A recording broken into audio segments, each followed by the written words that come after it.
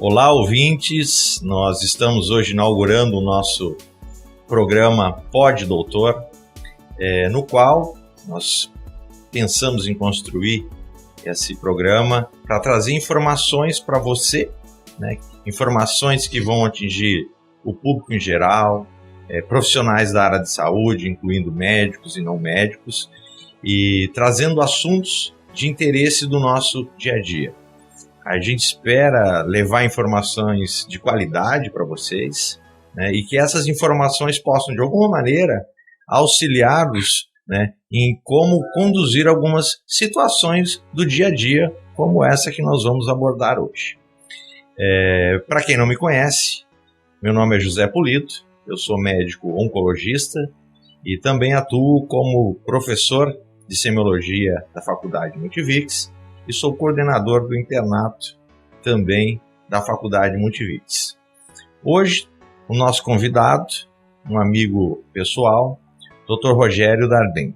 Dr. Rogério, médico cirurgião, especialista em cirurgia do aparelho digestivo e também hoje está como coordenador do curso de medicina da Multivix de Cachoeira. Tanto eu como o Dr. Rogério Darden atuamos já há alguns anos no Hospital Evangélico, atendemos uma grande quantidade de público e a gente consegue perceber que a falta de informações ainda é bastante grande nas diversas áreas que compõem a medicina, né? Então hoje nós vamos abordar um assunto aqui bastante comum, que é o cálculo biliar, o cálculo da vesícula, né, ou litíase biliar, assim conhecido também, né? Então, primeiramente, eu vou dar um olá aqui para o nosso convidado, Dr. Rogério. Olá, Pulido, é um prazer participar desse projeto, né, de grande importância, levar conhecimento para a população. A famosa pedra na vesícula, né, com certeza é uma dos principais carros-chefes do ambulatório, do dia a dia do cirurgião geral, né, do cirurgião do aparelho digestivo. Com certeza, talvez a cirurgia mais feita aí, ombro a ombro com hérnias da parede abdominal, no Brasil e no mundo, né? Sabe que isso é uma questão comum, né? Foi muito difundida a ultrassonografia, né? Que é a ultrassom abdominal. E hoje se faz ultrassom por vários motivos. E certamente quem nos ouve e nos assiste aqui ou já teve essa situação ou já ouviu, né, alguém contar a história do tipo: fui lá fazer um ultrassom e tinha pedra na vesícula. E aí, o que eu faço agora, né, daqui para frente? Como é que é essa história da pedra na vesícula, doutor Rogério? Primeiro eu vou começar perguntando para você assim: tem gente que pode ter... Quem que mais tem chance de ter pedra na vesícula, né? É diferente homem e mulher? Como é que é essa história aí? Conta para nós. Os dois têm, obviamente, né? A vesícula, tanto o homem quanto a mulher tem, é um órgão que faz parte do fígado e existe a prevalência muito superior nas mulheres, né? A relação é cerca de 9:1, mulher-homem, e os fatores de risco alguns são em comum, né? Por exemplo, emagrecimento rápido. Então, um paciente tem um risco muito alto de desenvolver a pedra na vesícula, por exemplo, é a bariátrica, né? Paciente obeso que faz a cirurgia para emagrecer, de 20% a 30% deles vão desenvolver pedra na vesícula pelo emagrecimento. Inclusive, quem fizer emagrecimento sem bariátrica também corre o mesmo risco de formar o cálculo na vesícula. Agora, o fator hormonal, né, que faz essa diferença gritante entre homens e mulheres, talvez aí o principal fator, né? Uma população de risco, né, é a mulher por si só, e principalmente a mulher depois de ter filho, tá? Então, as mulheres depois de 1, 2 ou mais filhos, quanto mais filhos, maior é a chance de desenvolver pedra na vesícula. Às vezes o paciente tem um ultrassom, às vezes antes de engravidar, no mesmo ano, e aí nos ultrassons ao longo da gestação, passando lá pela vesícula, o radiologista já encontra um cálculo que surgiu ao longo da gestação, né? É um dos fatores principais, né? Essa bomba hormonal que a mulher passa no período de gestar. Fora isso, história familiar, né? É bem comum, assim, minha avó operou, minha mãe, minhas tias, minha irmã. Um monte de gente na família. E aí provavelmente vai ser sorteado também, né? História familiar tem um peso sim, e a gente vê isso, é mais comum os pacientes que vão operar de pedra na vesícula que tem outros casos na família. Mas essas são os principais. Os principais, digamos assim, candidatos, né? As pessoas que, quando a gente fala em fatores de risco, são aquelas condições ou situações que a gente tem que pode fazer com que a gente desenvolva uma certa patologia, né? Patologia é o nome que a gente dá para tudo quanto é doença, né? Então aqui no caso a gente está falando da pedra na vesícula. E como uma pessoa achou a pedra na vesícula, a pessoa chega surpresa e fala assim, mas eu não sinto nada? Pode não sentir nada? Pode. E é uma grande porcentagem. Quase metade dos pacientes que têm cálculo na vesícula não sentem absolutamente nada. E quando sente, geralmente é uma crise enjoada, né? Muita náusea, às vezes vômito, dor importante. Às vezes, inclusive, tem que operar de urgência quando nos primeiros sintomas, né? A cólica biliar geralmente está associado já ao início do processo inflamatório. A vesícula sem estar inflamada, tendo cálculo, normalmente não sente nada mesmo não. Então, o fato de não sentir nada não quer dizer que... Então, você pode ter a pedra na vesícula sem que a vesícula esteja inflamada. E você pode ter a pedra e desenvolver uma inflamação na vesícula. E aí a pessoa geralmente começa a ter a tal da cólica biliar. Gente, a cólica biliar, para quem não está muito familiarizado, então a nossa barriga aqui, então se a gente dividir ela em 4 partes, passando uma linha no meio e uma linha aqui como fosse uma cruz, nesse quadrado aqui mais ou menos, quadrado que fica superiormente ao umbigo do lado direito, é mais ou menos onde fica a vesícula, né? E a dor em cólica é aquela dor que dá forte, depois passa, dá forte, depois passa. Isso pode ser cólica na vesícula, né? Não é só cólica na vesícula que dói esse lugar, mas pode ser, né? Então, quando inflama, pode ocorrer então cólica da vesícula. O cálculo em si, ele dificilmente causa algum sintoma. A sequência de acontecimentos é um cálculo entupir a saída da bile que está dentro da vesícula, né? Ele obstrui a saída, o canalzinho, que é o ducto cístico, e essa obstrução aumenta a pressão da bile dentro dessa vesícula que agora virou uma câmara fechada porque entupiu. Isso causa edema, inchaço, congestão, né? O sangue começa a ficar acumulado ali. E isso já é o processo inflamatório começando, a colecistite inflamatória. E como isso fica junto ali, encostado no intestino, no cólon, né? A chance de uma bactéria entrar ali e fazer uma infecção associada à inflamação é grande. Então a sequência clássica é isso, é o cálculo, fica lá assintomático. Um dia ele encaixa na saidinha, entope, que vai gerar inflamação, que naturalmente... ou pode essa inflamação aguda ir se cronificando, virar uma inflamação crônica, ou pode uma infecção quando uma bactéria entra ali e aí acaba dando uma crise com colicite aguda que evolui com cirurgia de urgência, né? Então você já falou um pouco, doutor Rogério, sobre a nossa próxima pergunta do público quais são as complicações, né? Então, estou com uma pedra na vesícula, não sinto nada. O que pode acontecer? Então, uma delas, ela pode entupir o canal e fazer uma inflamação aguda que a gente chama de colecistite aguda. Exatamente. Que outras complicações que uma pedra pode causar na vesícula? A pedra na vesícula pode causar primeiro a inflamação aguda, né? E essa inflamação aguda pode continuar a sequência de complicações, por exemplo, perfurar e cair bile para a barriga e ficar um quadro muito mais grave para ser operado. Ele pode fazer um abscesso no fígado, já que a vesícula é colada no fígado, também transformando um problema muito maior, né? Então esses problemas infecciosos e perfurativos que podem evoluir da própria colecistite. Mas esse cálculo, principalmente os cálculos pequenos, os de até 5 milímetros principalmente, a gente chama de microcálculos, eles podem sair da vesícula e cair na via biliar principal, que é o caninho que sai do fígado levando a bile em direção ao intestino. Se esse cálculo entrar nesse caninho da bile principal, né, que é o colédoco, ele pode causar inflamação da via biliar, que é a colangite, uma doença muito mais grave, potencialmente letal, e também pancreatite, porque o pâncreas também se une ali com o canal da bile. São unidos. São unidos. E aí, aumentando a pressão ali também na via pancreática, ele pode fazer a pancreatite. Pancreatite também é uma doença potencialmente letal, né? Então, essas complicações potencialmente letais vão ser sempre uma possibilidade no paciente que tem ali o cálculo da vesícula, principalmente os cálculos menores, que às vezes acha que os cálculos grandes que são os maiores problemas, né?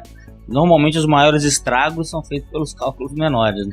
Então, podemos ter obstrução e inflamação da vesícula, que é a colecistite aguda, entupimento e inflamação do chamado colédoco, que é um cano que liga que dá a colangite, e até uma pancreatite. E algumas pessoas falam, e cálculo na vesícula pode dar câncer, doutor Rogério? Exatamente. Puxando a brasa para nosso dia a dia aí. Pode. E aí são exatamente os cálculos grandes. O fator de risco para câncer de vesícula, assim como a maior parte do desenvolvimento dos cânceres, né, do tubo digestivo, é a inflamação crônica.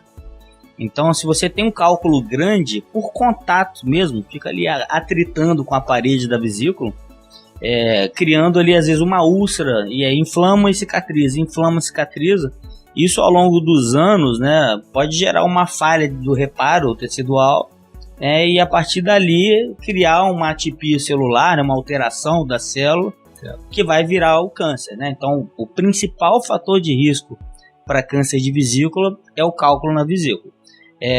Virtualmente, quase não existe câncer de vesícula sem o cálculo. Sem ter nenhum cálculo. Quase 90% dos pacientes com câncer de vesícula têm cálculos, e normalmente cálculos grandes. Aqueles cálculos com mais de 2, 3 centímetros de tamanho, né? Esses são os principais, que eles vão fazer colecistite crônica. Eles não saem da vesícula, porque eles são grandes.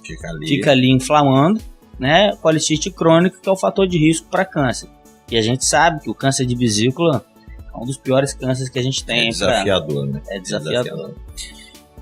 Bom, então, vamos supor lá que a dona Maria, que está assistindo a gente, ou o seu João, ele está lá com tração dele agora, que ele fez lá ano passado, ele até guardou, ele não estava nem preocupado, né? Que apareceu uma pedra na vesícula, ele guardou, e agora ele está se perguntando, e aí, quando é que tem indicação de operar um cálculo e tal? Quando é que tem indicação de fazer uma cirurgia e retirada da vesícula? Todo mundo tem que retirar? Qual é a recomendação? A gente sempre vai pensar no primeiro momento em operar. O paciente portador de cálculo, por todas essas possíveis complicações que a gente falou até agora, a melhor opção sempre vai ser operar. Principalmente quando o desenvolvimento da via de vídeo, né, para operar por vídeo, minimamente invasiva, transformou uma cirurgia que antes era feita com grandes cortes, um trauma grande, numa cirurgia com um potencial de complicação muito baixo. Então, a gente deixar uma doença que tem chance de causar complicações, e alguma delas letais, como a gente te disse, e um tratamento dela com risco muito baixo de complicação, como é a retirada da vesícula por vídeo.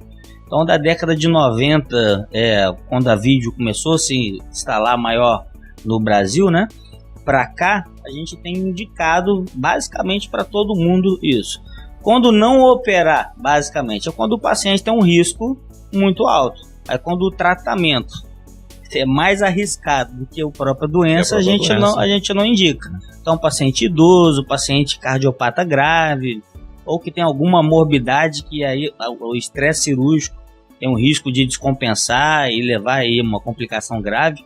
Nesses pacientes a gente só opera em casos selecionados, né, principalmente nas urgências.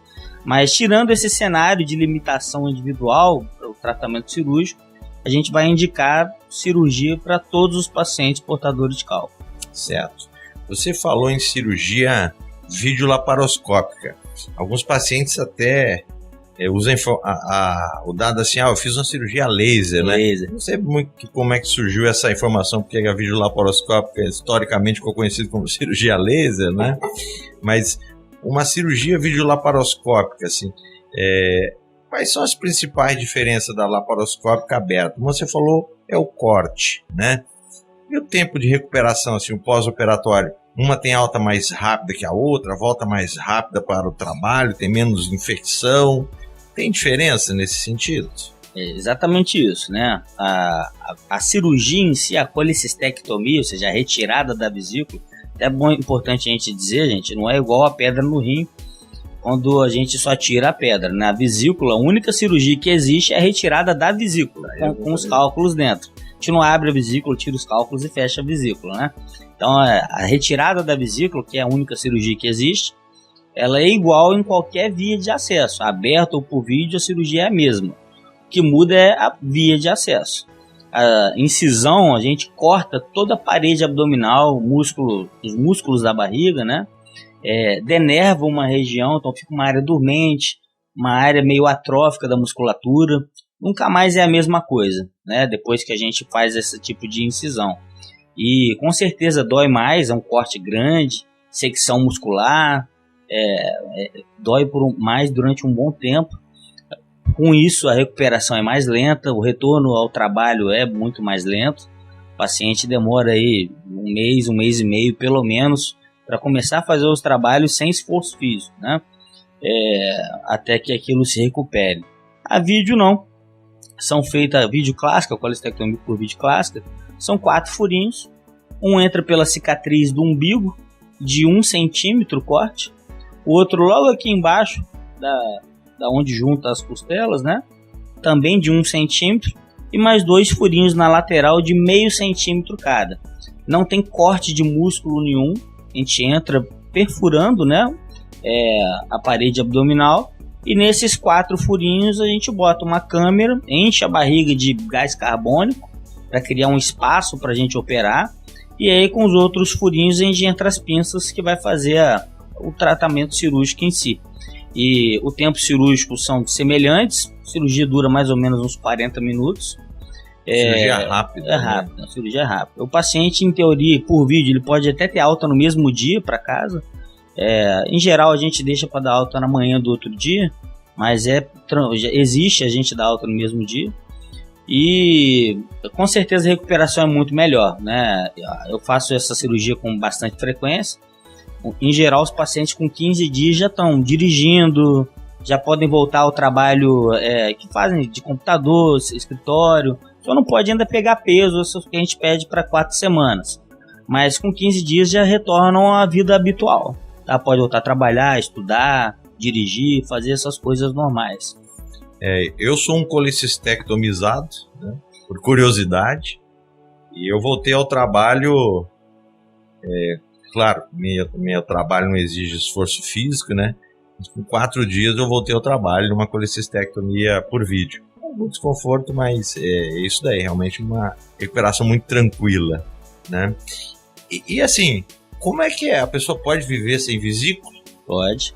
A vesícula não é um órgão vital, né? Na verdade, ela não produz nada, ela não tem uma função específica de produzir algum hormônio ou alguma secreção, a bile, né? O mecanismo o fígado produz a bile, desce pelo canal principal, que é o colédoco que a gente falou, né? E aí quando a saidinha lá do colédoco está fechada, aumenta a pressão e ela volta e enche a vesícula. E aí a vesícula, quando a gente come, principalmente comida com mais gordura, ela se contrai para jogar uma carga maior de bile, né, para ajudar ali a dissolver a gordura. É um reservatório de bile. Reservatório de bile. Então, para uma carga maior de gordura, ela ajuda a dissolver. Na comida habitual, a vesícula não faz diferença nenhuma. E é exatamente o que a gente vê nos nossos pacientes depois da cirurgia. Absurdamente a maioria, né, a literatura fala em 97% dos pacientes não vão passar por nenhum tipo de desconforto relacionado à ausência da vesícula. E aí a síndrome pós-colecistectomia, né, que é geralmente uma intolerância a alimentos gordurosos, vão em cerca de 3%, no máximo 5% dos pacientes, e que ainda assim é transitória, mais ou menos 2, 3 primeiros meses, depois vai melhorando, vai adaptando, e o corpo vai se adaptar. O fígado produz um pouquinho mais de bilha, vias biliares dilatam um pouco para poder fazer essa função de reserva, né? E a gente consegue ter uma vida absolutamente normal. Tirou a vesícula, pega a vesícula e joga num balde, ou tem que fazer algum exame dela, doutor Rogério? Você já teve algum caso de paciente, por exemplo, que você encaminhou lá para fazer o exame e o paciente nunca foi pegar o resultado? Poxa, se já. Não existe isso, né? A gente, inclusive, já falou aqui ao longo na gravação que a presença de pedra na vesícula é fator de risco para câncer. Então, toda vez que a gente tira a vesícula, eu quero ter certeza que não tem câncer. E a única maneira de ter certeza não é só abrir e olhar, né? A gente tem que mandar para a patologia, fazer o estudo histopatológico, a famosa biópsia, para o patologista olhar e dizer quais são as alterações celulares que tem ali. Colecistite aguda, colecistite crônica, se tem alguma atipia ou se tem câncer.